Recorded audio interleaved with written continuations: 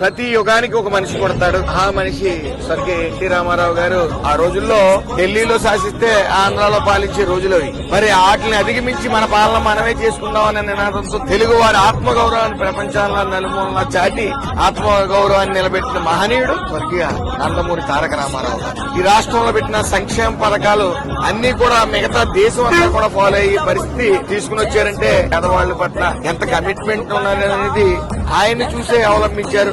ఆ మహనీయుడు ఈ పార్టీ స్థాపించడం వల్ల ఈ రోజు వరకు కూడా నారా చంద్రబాబు నాయుడు గారు, లోకేష్ గారు ఆ రోజున ఎంత బలంగా ఉందో పార్టీ రెట్టింపు ఉత్సాహంతో ఈ రోజు కూడా రెండింతలు ఉత్సాహంగా ఉంది. ఆ 100 రూపాయలతో ఈ రోజున సుమారు 6 తెలుగుదేశం కార్యకర్తలు యాక్సిడెంట్లు గా మరణిస్తే 30 లక్షల రూపాయలు ఈ రామచంద్రపురం నియోజకవర్గం నుంచి ఇచ్చాం. ఓన్లీ రామచంద్రపురం అంటే సుమారు రాష్ట్రం అంతా ఎంతమంది ఇచ్చారు. ఇవ్వటం గొప్పగా కాపాడుకుంటున్నారు. అది కుటుంబానికి ఒక భరోసా ఇస్తుంది తెలుగుదేశం పార్టీ. వైఎస్ఆర్సీపీ పార్టీ అయితే సెక్యూరిటీ ఇవ్వకపోగా కార్లెక్కి తొక్కించేస్తారు, వాళ్ళకి ఏమీ చేయరు.